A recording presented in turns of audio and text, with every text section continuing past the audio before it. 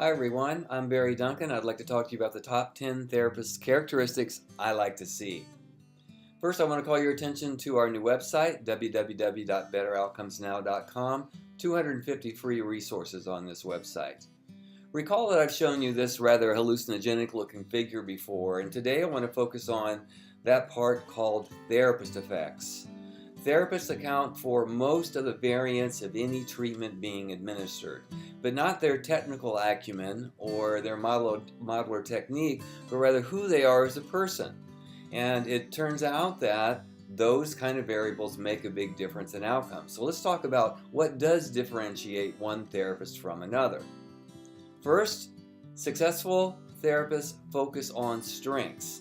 This study found that those therapists who focused on resource activation, or in other words, channeling clients' strengths to work on their goals, got better outcomes than those therapists who focused on problem activation or talked about the problems, their history, etc.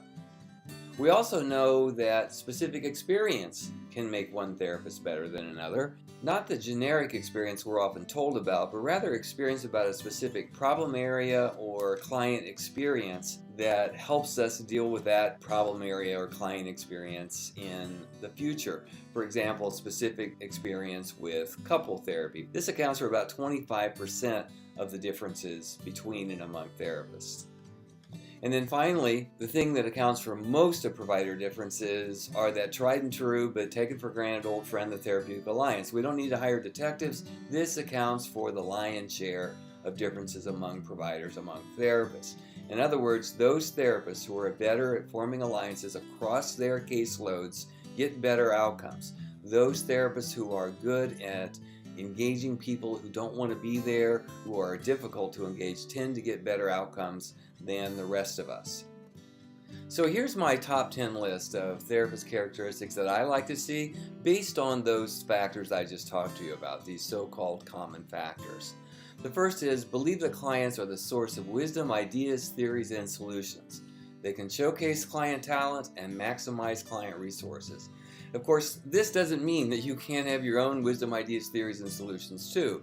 It means that we believe in clients and their abilities. And we believe that clients know what's best for them in their own lives, and they have the motivation and ability to reach their goals, even in dire circumstances. We don't count people out. Privilege the client's perspective regarding the benefit of services and systematically monitor it. Provide a structured space at the top of each hour to discuss progress and alter what you're doing if change is not happening. So privileging the client's perspective about whether or not they're benefiting from the service that you are rendering.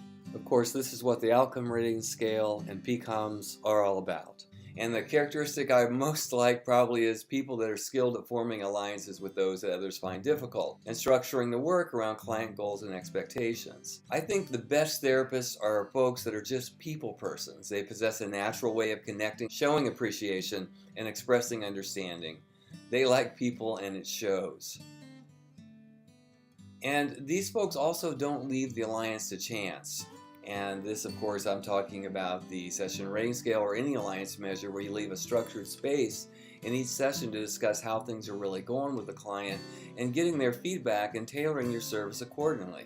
And I also really like when people understand that some clients are better served by others. Characteristic I love are people that are very good at focusing the conversation on what the client would like to see happen and channeling the complexities of topics and client experiences towards something tangible that will make a difference. Focus is a very underrated therapist skill. Clients are very complicated, bring very complex situations, but hopefully we can thematically tie those things together in a way that can make a meaningful difference in the way that they experience their lives. I really like it when therapists are dyed-in-the-wool optimists and they convey it without cheerleading or being Pollyannish. While resonating with client despair, they refuse to succumb to it as the only way to understand the client. I like folks who believe that therapy is about change and are not satisfied with doing work that doesn't benefit clients. They don't believe in supportive therapy is enough or the continual processing of client lives is good enough a long-term strategy.